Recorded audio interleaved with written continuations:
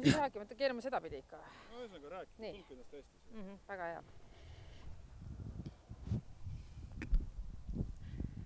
Leo Laanetu, sina oled Lahemaal olnud alates selle loomisest. Me seisame siin Muuksi linnamäel, mis on sümboolne paik mitte ainult Lahemaa jaoks, vaid meie vabariigi jaoks üldisemalt. 30. aastatel oli Muuksi linnamägi lage ja paljas, siin olid võidupühaparaadid iga juunikuus ja 39. aastal ka võidupühaparaad koos Pätsuga, kus siin olid tuhandeid inimesi. Sina olid see inimene, kelle osalusel 70. aastatel siin samuti oli tuhandeid inimesi. Sellepärast me seisame siin paigas. Aga kuidas sa siia Lahemaale sattusid? Sa pole ju sündinud ja pärit siit kandist. Jah, nii ta on. Omal ajal taludes sõjajärgsetel aastatel, kui oli see Järvesuu postebrigaad, sinna mina oma nooruse tõttu ei mahtinud, aga minu sugulane Vesipaul ja need seal käisid ja ühesõnaga tundsid seal niukest seltsis olemise lusti, kuna sageli smuuli süüdistakse, et no komsomolitaat. Ei, see ei ole õige. Ja mina olen Setumaalt pärit ja kolhooside eest põgenemise soov oli millegi pärast hirmutav. Ja naabripoiste käest, kes olid juba metsandust läinud õppima ja võtsin ise ka sellest kinni ja isa-ema olid ka sellega nõus, kuna ütlesid, et kuule poja, min metsandust opma, ega puu loetu ei ole, sellepärast kui mõni sealt kaoma lätt, ega tuu pärast sinnu kohtu alla viil ei panda. Nii ma lätsigi ja ütlesõnaga, kui kool sai lõpetatud, siis me tahtsime kõik Lõuna-Eestisse. Kodukandi lägedale tolle oludega harjunud. Aga mind suunati Tallinna metsamajandisse, teadmata kuhu metskonda sattun ja Tallinna metsamajand direktor võttis laua tagant teise maailmasõja läbi teinud mees, kapteni aukraadis, vaatis mulle näkku, et kuhu ma sind saadan, esitas küsimuse. Kas Triiki, tähendab Paunküla metskond, või Kolka? Et sa tulid esimesena, siis ühesõnaga ma saadan sind Kolka. Ja mul oli ääretult seal meelepärane, kuna siin piirkonnas liikudes oli ääretult palju veega tegemist, kuna minu lapsepõlves, ma ei oska siiamaani öelda, kumb meid rohkem toitis, kas see väike maalapp nagu siin rannakülades või vesi. Ma julgen öelda vesi, kuna öeldi, kui kevad tuleb, siis rannalaste põset lõid juba punetama.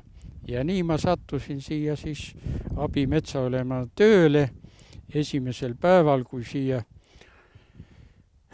Kolga abimõisa nii-öelda Annenhof, Anne mõis, kus oli nuumhärgade kasvatamine omal ajal Kolga mõisas viinavabrikus ja siin siis asus ka metskond. Ja nii ma siin siis kobamisi hakkasin tööle, kuna olin juba metsamehe ametit proovinud. See oli lepingutöölised, kuskil 10-12 päeva tuli teha, käbisid korjata ja muid asju. Ja siis esimene kooliga rajatud metsakultuur on mul laos sinna vahtkonnas, see on Võõpsu ligidal 45. aastal, mida ma käin ikka vaatamas. Ta on veel püsti. Aga siin oli ääretult meeldiv see piirkond ja kui ühesõnaga olin tutvunud selle ümbrusega mingil määral, siis tekkisid juba looduskaitse hoiuprobleemid, kuna seda minu arust sätin sünkrooni.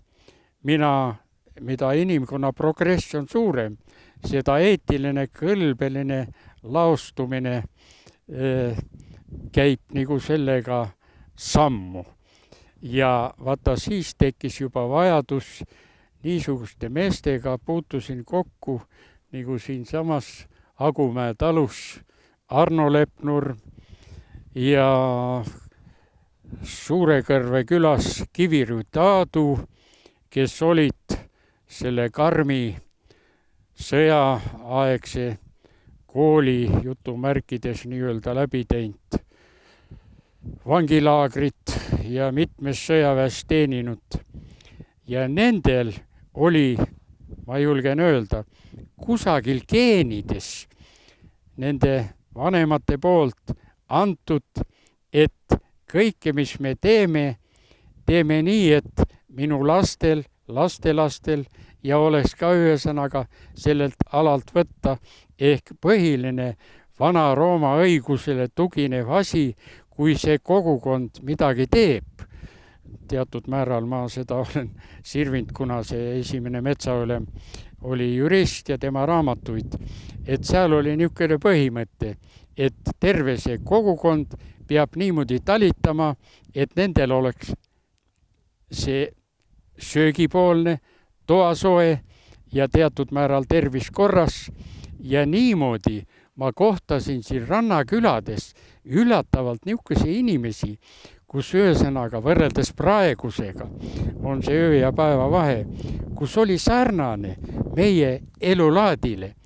Ja vaat nende inimestega siis hakkasid tekkima niisugused loodushoia suhted, kuna nende tellimus oli antud, kuna need laudad, virtsa, need voolasid otse vahetult ilma puhasteta juba ühesõnaga kuivendussüsteemide kaudu sinna sisse ja muud asjad, mis siin kõik hakkasid toimima, need maaparandused, need viisid meil väga teravalt vastuollu nende kohalike, nimetame majandijuhtidega, kellelt olid sovhoosi direktorid ja kolhooside esimehed ja peaagronomid. Surve oli siis juba 60-ndatel väga tugev? Jah, ja kui siit kohalikke näiteid tuua ühesõnaga, siis Kolga mõisas, kus taheti ehitada väga allikalisele alale töökoda, kus oli viinavabrik. Viinavabrikud ju ehitati mõisates ühesõnaga niimoodi. Ja kui ühesõnaga meie looduskaitse seltsi jõuliselt sekkumisel,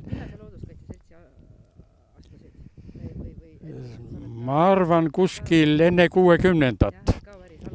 Jah, enne 60-ndat ja algul oli ühesõnaga looduskaitse selts Kuusalu osakond ja hiljem 71. moodustati Lahemaa rahvuspark, kas 72. või 3. kusagil, siis me moodustasime oma Lahemaa looduskaitse osakonna ja seal siis osakonna esimeheks oli tol ajal peametsa oleme töötanud Arne Kaasik ja mina olin siis aseesimeheks. Aga 60-ndatel hakkasite siis juba looduskaitse eest võitlema, jah?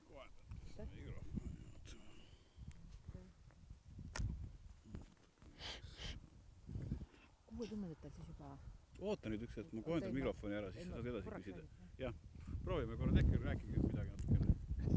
1, 2, 3. Läks paremaks, jah. Ma siis juhatan selle looduskaitse seltsi tegevused, et 60-ndatel juba, 50-ndatel, 60-ndatel oli juba looduskaitselisi probleeme siin alal ja looduskaitse seltsiga siis tegutsesite selles suunas, jah? Jah. Ja vaat need probleemid aina progresseerusid, aga tänu sellele vabariiklikule juhatusele ja ma ütleks Jaan Eilart, kelle fenomenaalne mälu ja sõnaseadmise oskus, see andis meile niisuguse süsti kõigil nendel vabariiklikel kokkutulekutel ja ühesõnaga väljapool vabariikil nendel reisidel, missugune kohutav ettevalmistus. Ja siis me nägime juba seda, kuidas seda öelda, Venemaa, mis on väga rikas kõigi asjade poolest ja kui hoolimatult seal käidi ringi, et me pidime, ei tea kust seda vett kaasa võtma, küll Koola poolsaare, küll Taga-Karpaatias oli juba puhtam piirkond ja tõime kaasa vaat neid kultuuriilminguid ühesõnaga.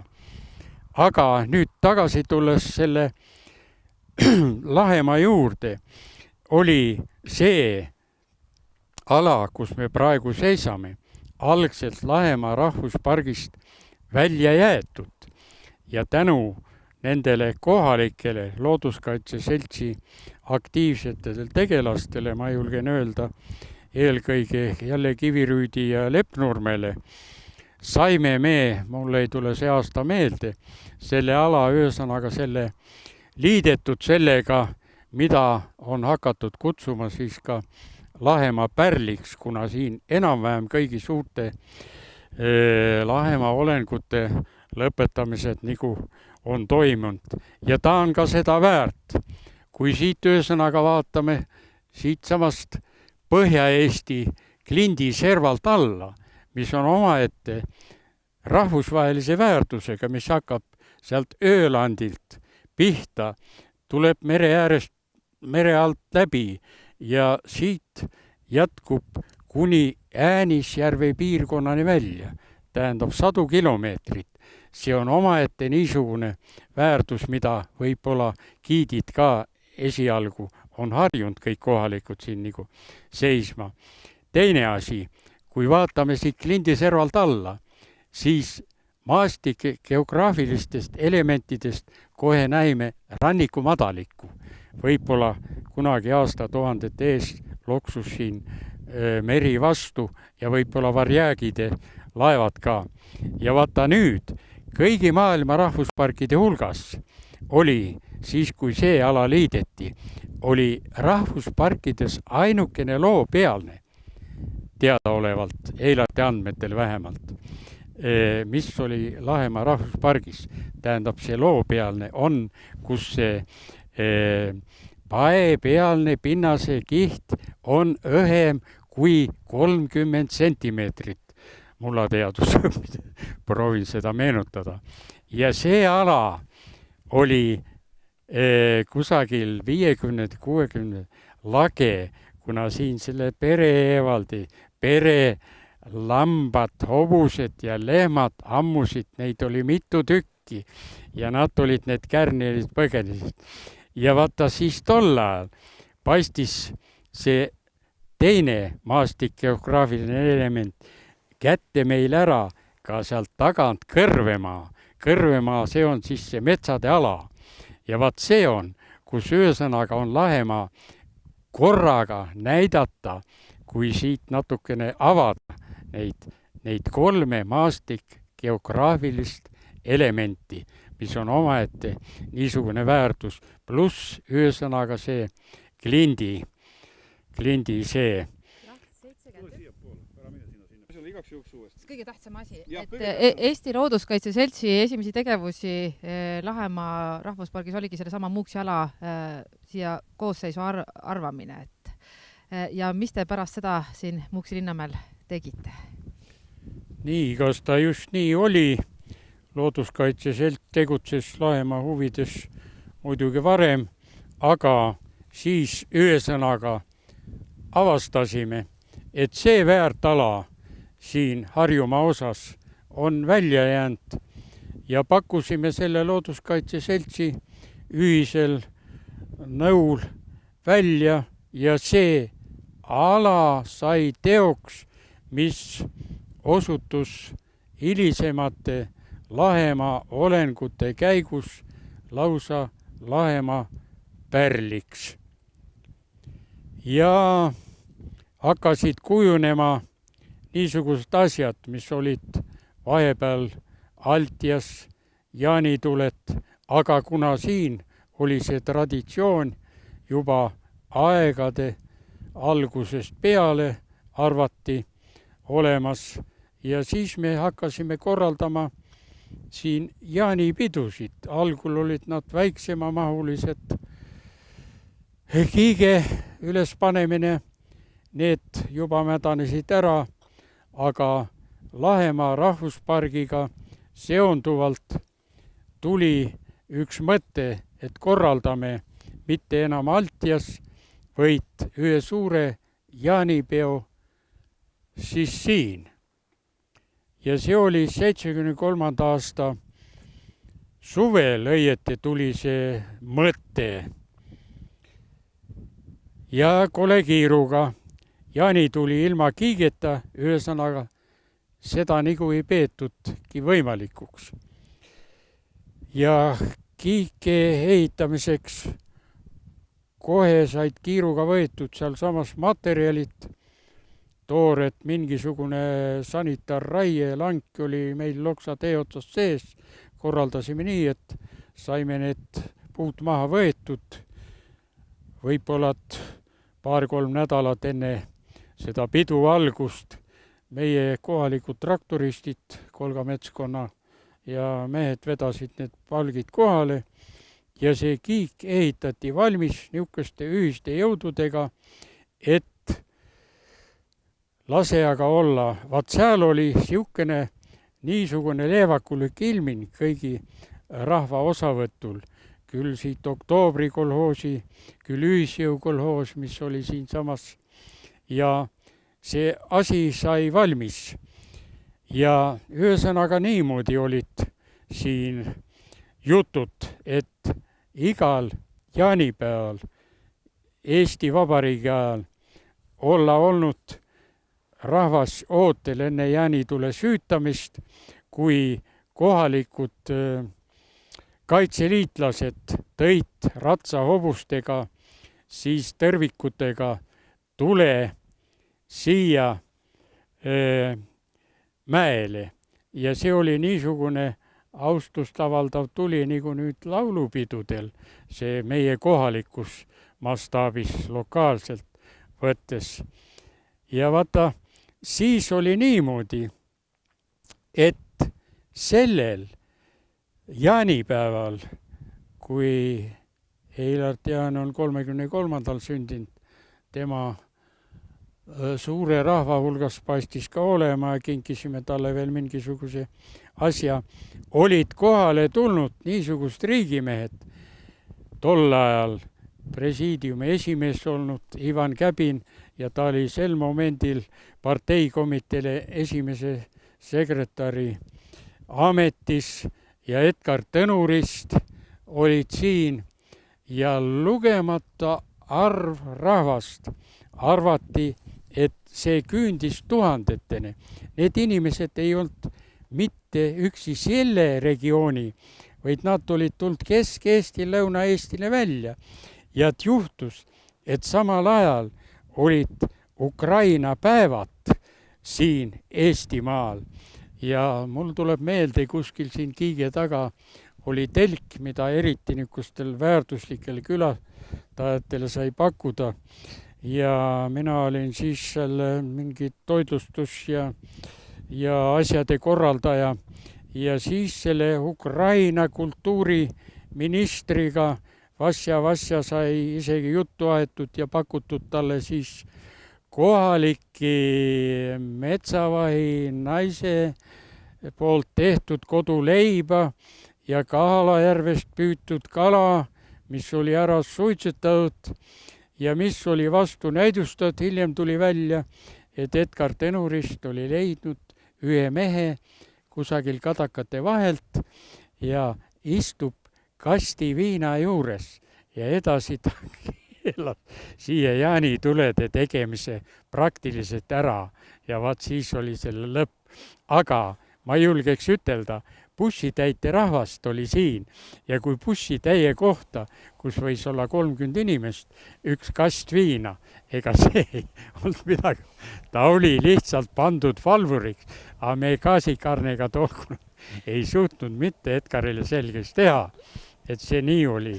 See 73. aasta jaanipidu oli selles suhtes oluline, et kõrgeim võim oli kohal, sest et tegelikult 71 aastal ei olnud veel kindel, et kas Lahemaa rahvuspark saab siis tunnustatud liidulisel tasandil või mitte.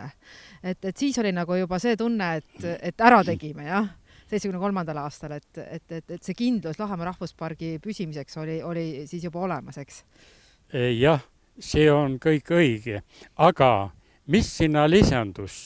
Sinna lisandus see, et kohalikud inimesed olid harjunud, kui ta on parteilane või varemad igasuguste võime, kes näinud, minust vanema põlvkonna inimesed. Ja kui see Edgar Tõnuristi kõne, siis isegi jõujaam, me nimetasime neid putkasid, olid kõik sinna alla paigutatud, et kes on parasjagu nina täis tõmmanud, et see ei suuda lihtsalt üles teha, kui niisugust treppi ühesõnaga ei olnud. Aga tema kõne oli sedavõrd veenev, et niisugune rahva hulk ja niisugune hiirvaikus, kõik teda kuulasid ühesõnaga. Ja parteilane räägib niisugust juttu, mille eest natukene aega tagasi oli külma maa teekond ühesõnaga jalgi all. Vaat see oli niisugune sümbol, mis sisendas selle asja ja kindlustunnet meile kõigi edasiste ettevõtmiste ja tegevuste puhul. Ristikivi kirjutab 39. aasta võidupühast, et see oli selline härduse hetk, kus inimestel oli väga isamaaline ja tugev meelestatus, et nad mõtlesid nagu rahvuslikult, et kas 73. aastal oli tegelikult seda sama tunnet siin?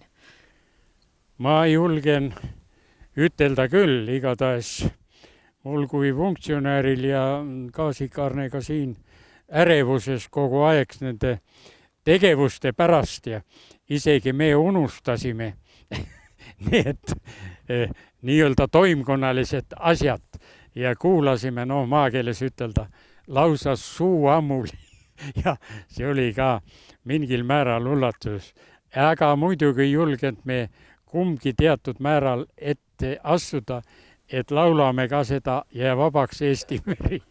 Aga oli hetk, oli küll selline, eks? Oli hetk, ühesõnaga, kus oli tahtmine.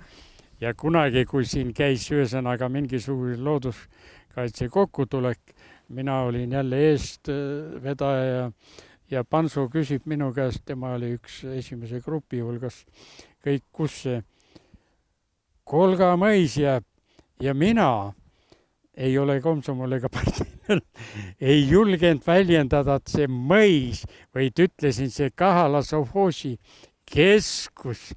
Ma kartsin seda väljendada sõnaga ka nendel aastatel. Aga vaat see oli niisugune murdepunkt. Ja mis siis oli, mida ma tahaks mainida, meil lihtsam teha kui praegu. Siis need alad kuulusid Riigimetsafondile. Vaat seesama ala siht tuleb kohe sealt üle. Ja kõik need kuulusid majanditele. Ta oli praktiliselt riigi rahva oma, kuigi kolhoosidel oli kooperatiivne vorm ja sovhoosidel oli riiklik vorm. Nagu nüüd, RMK-ga on lihtsam asju ajada. Aga ma julgen praegu see ütelda, Lahemaa asja ajamine on hulga raskem nende väikeste talude ja kõigi teiste kolmandatega nendele kokkuleppele saada niisuguste asjade korraldamisel, nagu siis oli. Et suuri asju tegite, et sa olid ka metsa osas. Kas räägime kõigepealt Viru rabast näiteks, eks?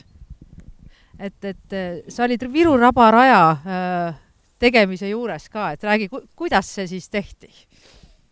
No kõigepealt tuli kellegi idee, ma ei mäleta, et neid rabasid näidata ka rahvale, aga neid näidata niimoodi, et seal ei tekiks see nagu ulukite rajat järgi.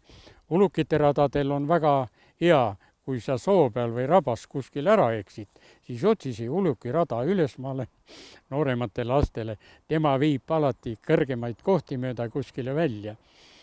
Ja 77. aastal Reinvald Tõnu vedas, ühesõnaga, tema oli Lahemaa looduskaitse inspektor, talvel mootorsaaniga need materjalid kõik laiali ja pani üksinda paika. Aga siis tuli 86. aasta, kus oli Nõukogude Liit võtnud osaleda ülemaailmsel toonekurgede sümpoosiumil ja sümpoosiumil hea inglise keele oskusega ja Eesti nagu looduskaitse suunas silma paistnud vabariik eesotsas jälle Jaan Eilartiga tahaks mainida, teatud osa käidi hundikangrutel ja tuli, et kurgede sümpoosiumi tegemist, ühesõnaga mingisugune raba ette valmistada. Ja see tuli, ma ei mäleta, kuskil 1,5–2 kuu jooksul see asi paika panna, et suvel seda teha. Kaasik oli juba direktor, jah, Kaasik oli direktor, jah, siis. Ja tänu selle asjadele, ühesõnaga, käis Klausson oli ministrina nõukogu esimees ja meie Heino Teder oli nii ja Heino Teder andis korralduse meie metsamajanduse direktori Ruusile, et uurida järgi, kas saab selleks ajaks valmis. Ruus tuli oma prouaga, no me kutsusime tema prouad peadirektor. Ikka sinna kohale neid kumbki järgi ei ole. Ja rääkisime ja käisin vaatamas. No selle aja jooksul võimatus suvisel ajal ühesõnaga teha korrektselt nende lauguste vahelt, kus ta praegu siin on jäänud pidama. Ühesõnaga uurisin välja, Ruus kandis ette, ühesõnaga ministrile, Teder läks ühesõnaga sinna Klaussoni juurde ja olla niimoodi, mina seal juures ei olnud, ega siin oli etest ka keegi. Heino Teder, meie metsamajandusminister, ütles, ei jõua selleks ajaks valmis. Klausson oli ulatanud paberi ja pliiatsi ka sinna juurde, et kui minister tunneb ennast jõuetuna väsinuna, siis kirjutagu sinna see. Ja minister tuli koju, jäi haigeks. No see selle matkaraja loomis juurde. Ja siis meie direktor Ruus jäi ka haigeks. Ja asemele jäi Heino Luik, looduskaitsevalitsuse juhataja. Tol ajal ühesõnaga 32. sünniaastaga minuga sünniaastal. No need ei saanud kõik haiges jääda. Peametsal seersant Ants ühesõnaga jäi siis direktori asemele. Ja tulid, hakkasid inimkeeles rääkima. Mitte nagu inimene, nagu ülemus kuidagi viisi. Ja kurat asi tõsine. Mina siis kutsusin jälle kokku selle initsiatiivgrupi Kivirü Taadu, kes on kõiki näinud ja puudeõpetaja. See, mis saab? Seersant ütles polügooniga, tal on niisugust head kontaktid, kas või terve polk tuleb. 60 000 hektari terve metsamajande pindal on. Polügoon siin mõõtesääl jääb ju niisugune mudarada järgi, kes seda kurat siis parandab, ühesõnaga see läheb kalliks. Ja leiutasime ühesõnaga siis niisugused jalgrattaratastest alates mopeediratasteni välja ja pärast siis, mis need Vene päikesekäru rattad 2 ratta peal, saime need lauad kärutatud kohale ja nendel vanematel meestel ja ma ise olin ka poisikese näinud, kuidas remonditi Petseri raudteed, kõige viimase ühesõnaga otsa pealt, siis pandi need killustik ja täidismis sinna maha ja niimoodi hakati 2 otsast ehitama. Ja see asi käis vaatamata nendele sügisestele vihmadele ja kõik asjad ja mehed anti ühesõnaga niimoodi, et 4 metskonda, kõigi metskondade mehed ühesõnaga selle matkaraja juhtijate käsutusse ja materjali varustamine, kõik pandi eelisjärjekorda. Ja lõpptulemus oli see nii, et kui laupäev, pühapäev vahel olid ka viimased ilmad, mehed olid läbi liigunud, siis me gaasikarnega käisime kahekesi, kärutasime jälle neid ja viisime kohale. Ja see asi sai valmis tehtud ja sa oled ka seal rajal, Ave, käinud, et ma ise ka tornist vaatan, torni siis ei olnud, aga ei oskagi nagu paremat kohta tahta. Aga ääretult nurin oli nende ehitajate poolt. Meie metsavaid ütles, no peab ta sealt laugast vahelt siis kõige viletsamaid kohti läbi minema. Paneme sirgelt, nagu algul oli see sinna Loksa tee äärde välja. Ja mul on hea meel, kui üks päev läksin mööda, sõitsin ja kuulan, ilus laul kostab ja rahvariides tüdrukusi aina terve matkarada täis ja laulab see Ellerheim noortekoor ja mis koori juhataja nimi, mul ei tule meelde, oli ka kohal ja tehti seal filmiti. Nii, et see oli vaev asja eest ja väga paljusid neid ehitajaid ei ole siinpool Munnakamarat, aga nad võivad rahulikult puhata, et nad on mingisugust töö teinud ja ma arvan, kes me seal olime, need seersantants, Heino Luike ka enam ei ole, kõige selle eestvedajat, et see on suurem tasu, kui näed, et seal nii palju rahvast ja lapsi. Ja suhteliselt välk idee, mis on nüüd Eesti kõige populaarsem matkarada, eks? Ma ei julge ütelda. Ma ei ole kõiki läbi käinud. Ainult, mis ma tahaks seal täiendada, tähendab looduskaitselist aspektist, et panna käima ja näidata seda vanaaegset, ühesõnaga karjääriviisilist turba tootmist. Tähendab, mis selle vahe on, kus on allutatud suur pind, ühesõnaga, kui ma eksi, oli 40 hektari see meie freesturba väli. See ei tooda sel ajal, kui sealt mitte midagi, kuna turbaki juurdekasv on 1-2 millimeetrit aastas, see võime nende 40 hektari peal välja arvestada, on ikka sadades kantides tuleb. Aga see, mis karjäärilist talumees võttis, sealt läks, sealt kus ta jättis järgi, see Sphagnum samblat, no neid on väga palju liike, need hakkasid kohe uuesti turvast kasvatama, aga see on töömahukas, täpselt nagu metsanduses, kui mina olin tööl, ühesõnaga ligemale pool sajandit või rohkem, meil võeti metsast välja vahekasutusraietega ka Lahemaa tingimustes, kõik Loksa metskond moodustati ka siis, kui Lahemaa tuli ja Valge metskond ja vot sinna poole ma ei tule. Me raiusime samad mahad kui mujal. Ühesõnaga, tähendab, on vaja minna tagasi hobune metsa tuua, et neid vahekasutusraiet, et me ei jätaks niisuguste ilgeid kraave järgi, mis nüüd on. Ja seda, et see harvesteri juht, mina koperdasin kunagi langide peale, vaatan vanamees ja küsisin, kus mina tulin tööle 52. aastal, tehti heina ja karjatati.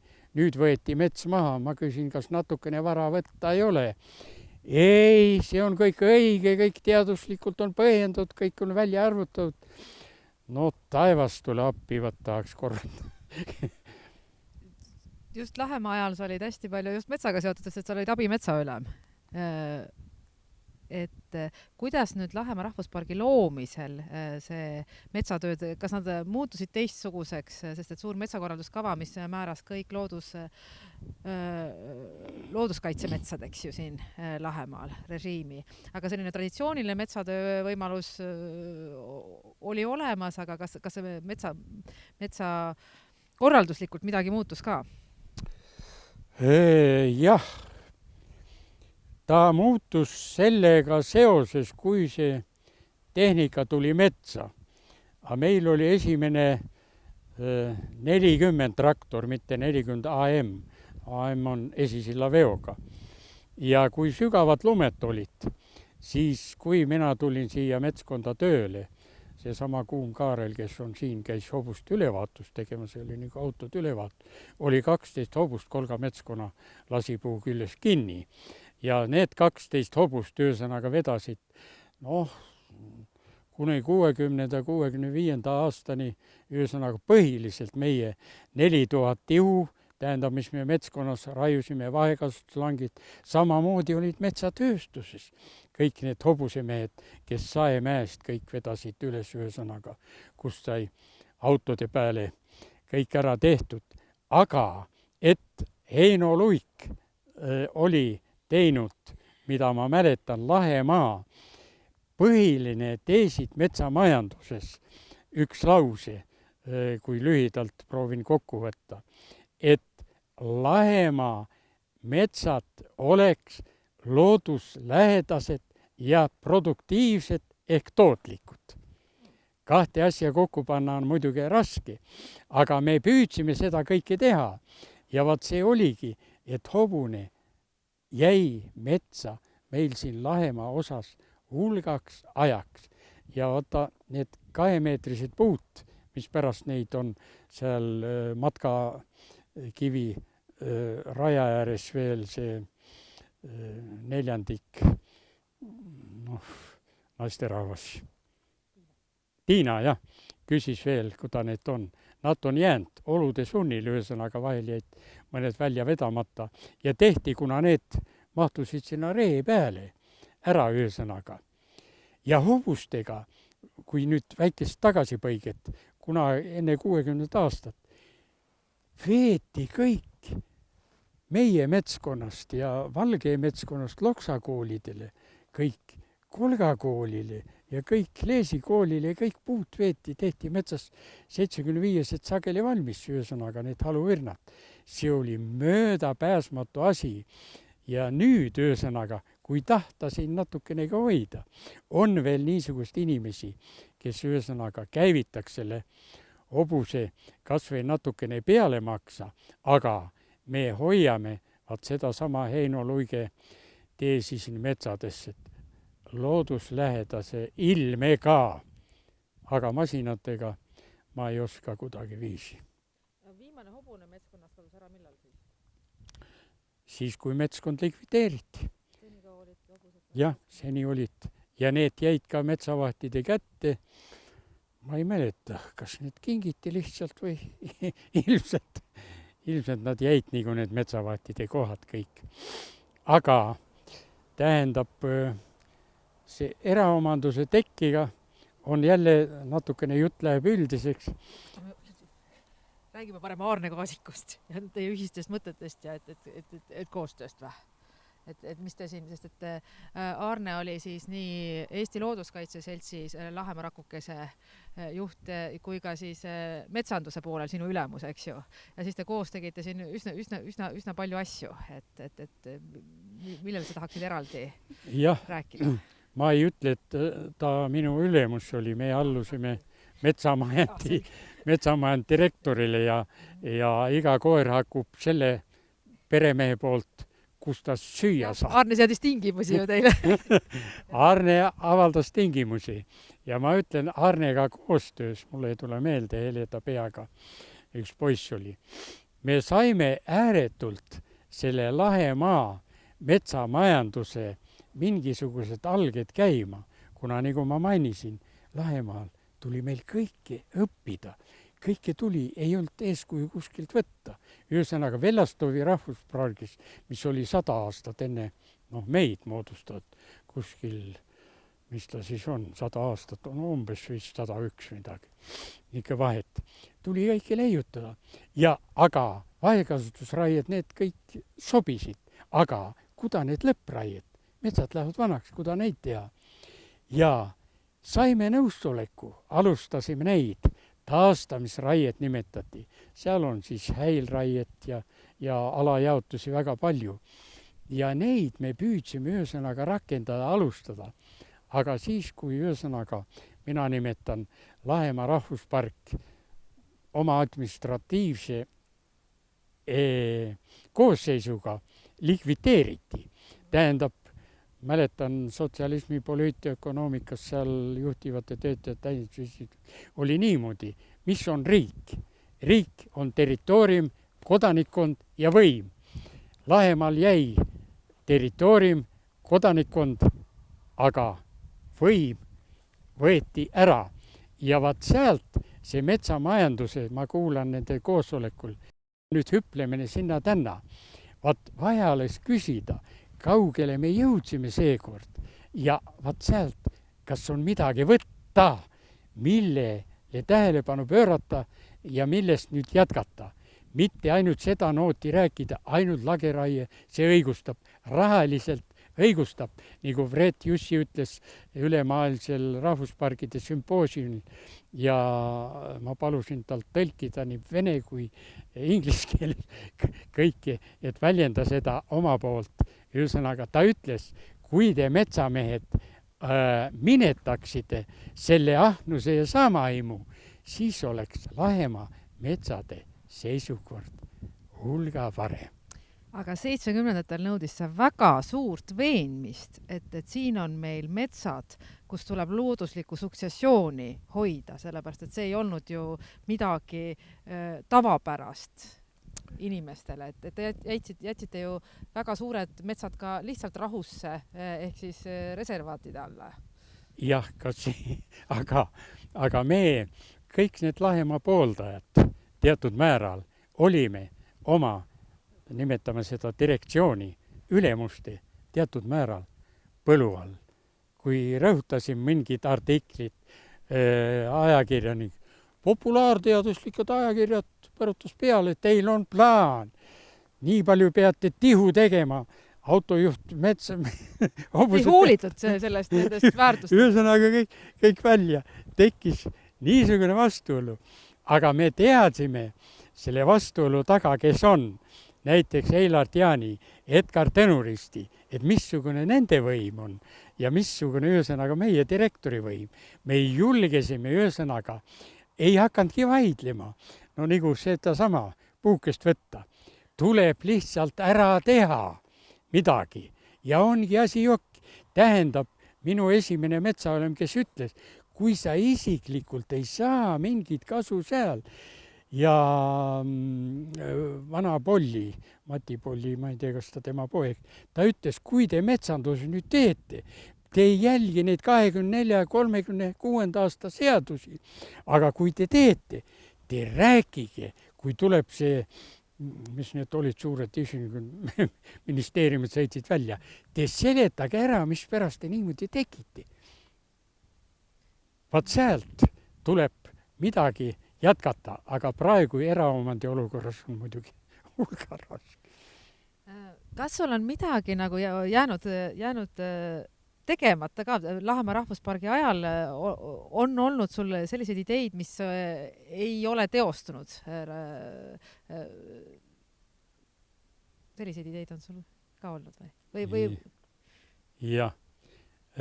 Ma ütleks, nii palju kui jõud on peale hakanud, on jäänud tegemata, mitte minul, vaid ka keda ma eelpool olen toonud siin eeskujuks Lepno Varno ja oma kodu pere aitamistel.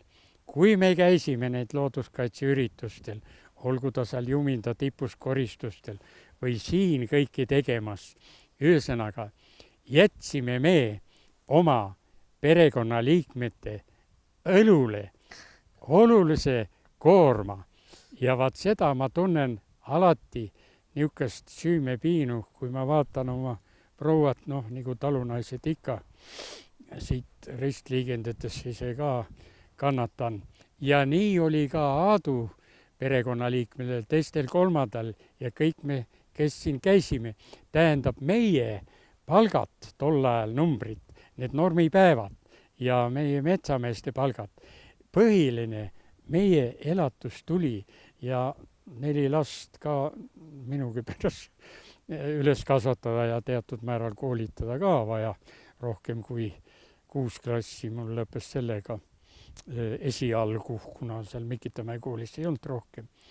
Vaata, see jäi tegemata aga kuidas sa siis koos Veljo Tormisega kiike tegid näiteks?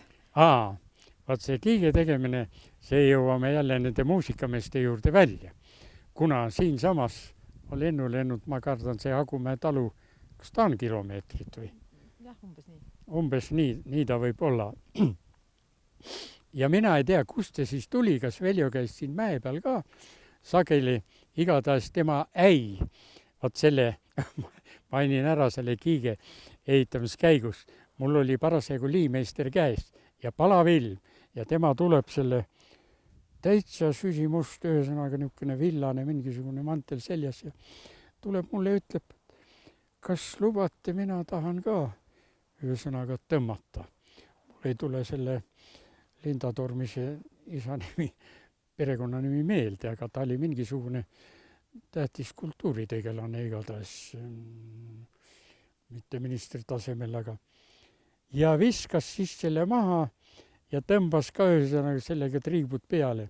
Aga kust see kõik tuli ja me hakkasime kiigematerjal juba valmis, et seda kiige kokku panema. Ja Arno tuleb, et mina pean ikka kodu veel minema, ei tea kui pikalt need ühesõnaga aiste pikkus ja alt see laius peab olema, kuna Hugo teeb traadist seda maketti veel uut. Et see ei läinud selle regilaulu rütmiga kokku veel. ja me jälle ootasime, tuli tagasi. Ma ei saanud seal kurat regil on. Ei, Veljo Tormise laulud kiige peal peavad niimoodi saama see ühesõnaga, et selle aisa pikkusest ja alt laiusest on see kiikemise mitmendikku see regilaul ongi midagi 7 või see rütmiaste ma muusika alal võrdlemisi, kuigi ema oli lauluema mul.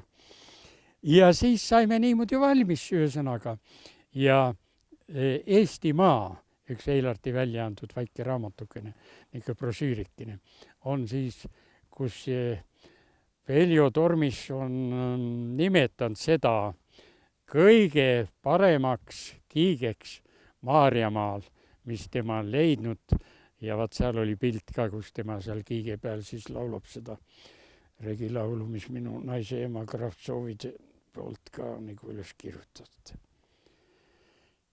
Niisugused lood, aga no neid on nii, et kui veel pudel lahti teha, siis võib rääkida mitu ööd ja päeva kokku.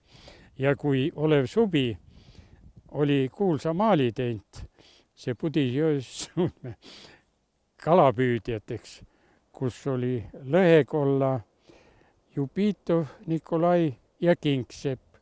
Ja mina Subi juurde läksin ükskord külla, küsin, kuule Olev, näita mulle seda pilti, kus 4 kesi peal on siin Pudisjõe jõesuudmes kalupüüjavad. Ei, seal on 3 ainult. Ma ütlen, et aga mina olen rannas sündinud ja kasvanud.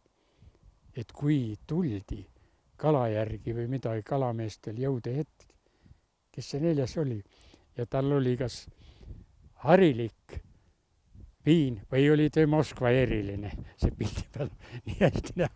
Ma ütlen, vaat see oli see kaaslane 4. Kui mina läksin kunagi randa kala järgi sinna Pobedaga ja mina hakkasin oma rahakoti välja ostma, siis meie metsavaht oli Lillemäe ja tema poeg oli ka ja tema vend oli seal kala.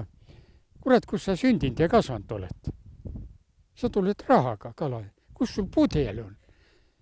Nii kõmdi aeti mind leesipoodi siin töötas, tõin sealt ära ja no vat, see on üks niisugune kultuuri lahutamata osa.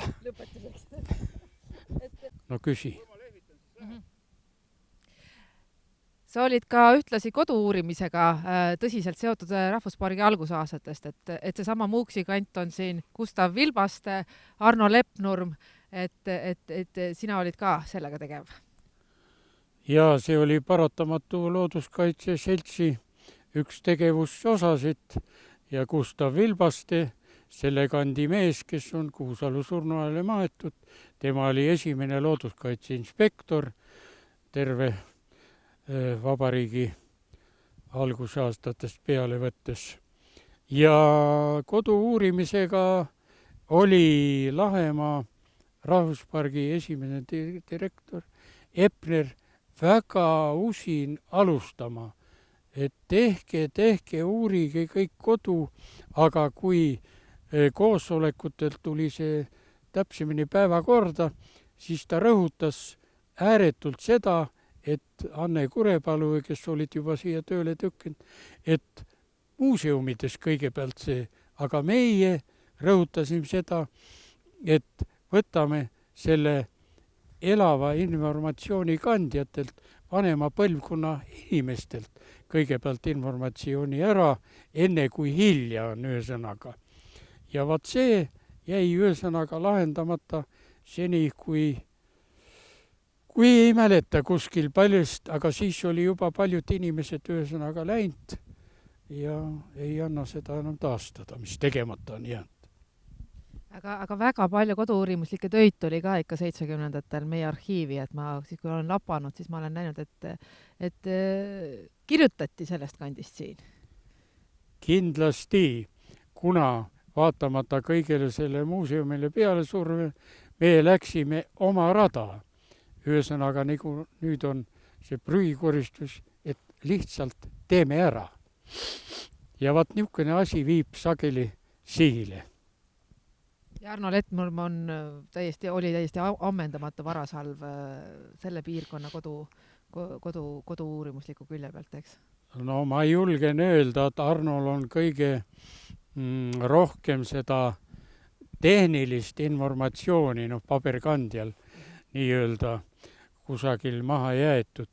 Aga samas oli, kuna nad tulid sugulased, veresugulased Leppnur, Arno ja Kivirütadu, ühesõnaga nende koostöö oli sageli ühesõnaga kaunis sarnane. Aga natuke nukker on praegu hilisematel ajal, nooremad kasutasid seda Arno kogutud informatsiooni oma nime või oma sildi all ära. Nii et seda tahaks rõhutada, et oleme kui vaesed rikkad tahes, püüame jääda ausateks.